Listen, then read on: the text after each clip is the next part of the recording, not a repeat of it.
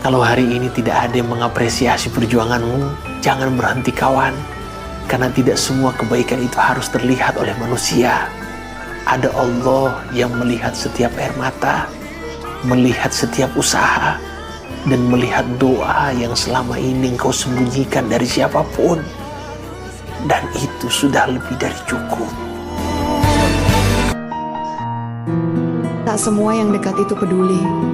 Ada yang hadir karena butuh, ada yang bertahan karena nyaman, dan ada yang pergi saat kamu tidak lagi berguna. Tidak semua yang dekat itu tulus.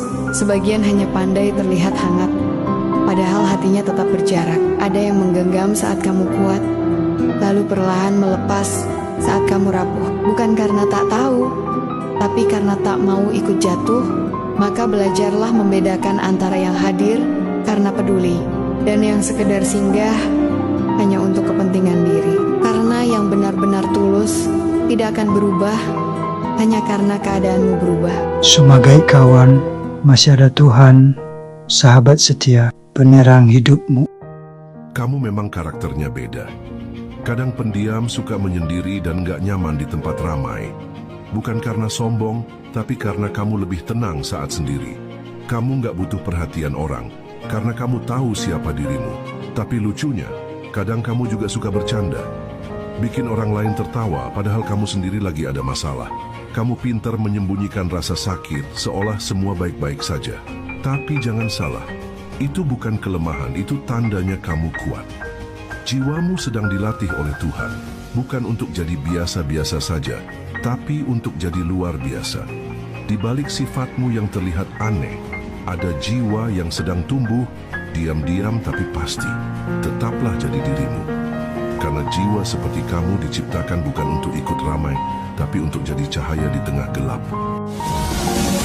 Tidak diberikan bunga yang indah, tapi diberikan akar yang kuat agar tidak tumbang. Tidak semua orang diberi hidup yang mudah. Tidak semua orang diberi jalan yang halus. Tuhan tahu kapan memberimu bunga dan kapan memberimu akar. Sebab tidak setiap musim butuh keindahan, kadang butuh kekuatan. Dan saat badai datang, baru kamu sadar, akar yang kuat jauh lebih berharga daripada bunga yang sementara.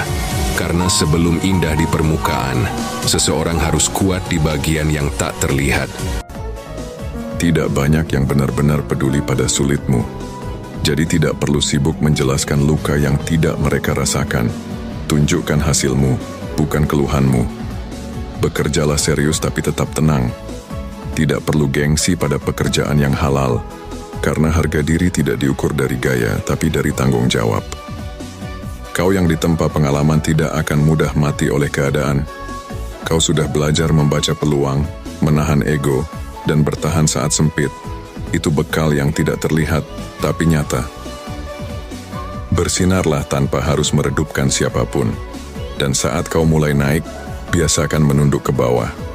Bukan untuk merendah di hadapan manusia, tapi agar kau tidak lupa bagaimana rasanya berjuang dan bagaimana caranya tetap bersyukur. Belajar meyakini hikmah. Kan ada istilah everything happen for the reason kan. Segala sesuatu itu terjadi karena sebuah alasan. Itulah yang disebut dengan hikmah. Pasti ada alasan. Kenapa Allah mentakdirkan kita di sini kayak gini dengan kondisi ini, dapat ujian ini. Pasti ada reason. Dan reason Allah itu selalu positif. Allah nggak pernah menginginkan keburukan untuk hambanya. Hambanya aja yang memilih jalan buruk, dibalikin lagi sama Allah. Melenceng lagi, dibalikin lagi. Sampai hadis kutsinya kata Allah, kalau kamu dapat satu kebaikan, janganlah kamu memuji kecuali Allah. Kalau kamu dapat satu keburukan, janganlah kamu menyalahkan kecuali dirimu sendiri. Artinya nggak ada yang buruk yang datangnya dari Allah. Yang buruk itu adalah pilihan kita. Kenapa Allah membiarkan kita punya pilihan itu? Untuk menguji kita. Memang kita dikasih pilihan itu antara yang baik atau yang buruk. Imma syakiran wa imma kafura wa hadainahun najdain fa alhamaha fujuraha wa taqwaha. Bisa kufur, bisa syukur.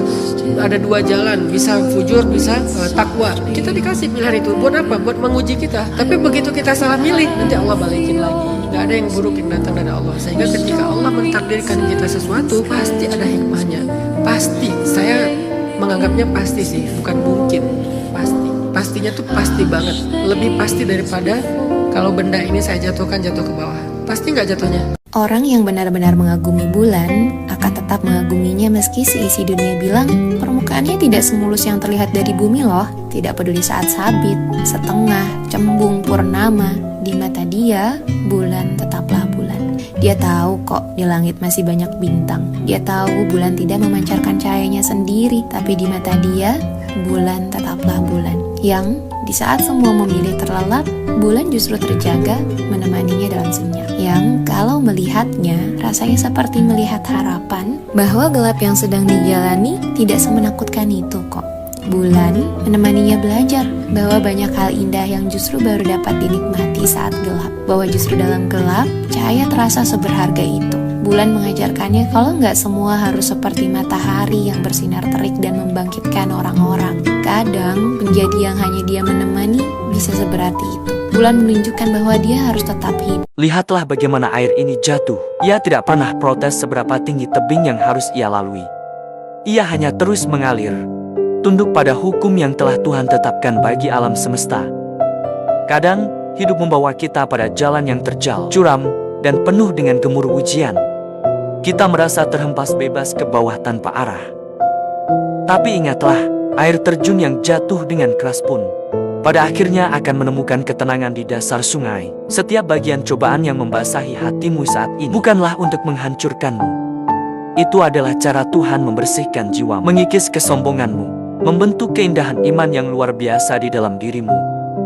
Percayalah pada takdirnya, teruslah mengalir dengan doa dan usaha.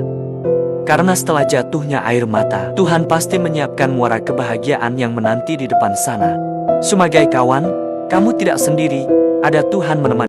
Alhamdulillah ya Allah, terima kasih Engkau telah mempertemukan aku dengan tanggal ini kembali. Untuk diriku, terima kasih sudah mau berjuang dan tetap bertahan sejauh ini. Terima kasih telah menjadi jiwa yang kuat, walaupun faktanya kata menyerah kadang terlontarkan. Terima kasih juga untuk segala luka dan kecewa yang telah mendewasakan. Selamat berpetualang di level kehidupan selanjutnya. Apapun sedihnya, apapun senangnya, nikmati dan bersyukur. Selamat bertambah usia, namun sebenarnya berkurang jatah hidupmu. Wahai aku, di hari ini aku banyak menitipkan doa untuk diriku sendiri. Semoga segala kecemasan dan banyaknya rasa kekhawatiran akan masa depan yang tidak pasti segera reda. Semoga aku bisa lebih mencintai diriku sendiri, meskipun dengan banyaknya kekurangan. Semoga aku bisa lebih fokus untuk berjalan di jalanku sendiri. Semoga sabarku bisa seluas samudra dan pundakku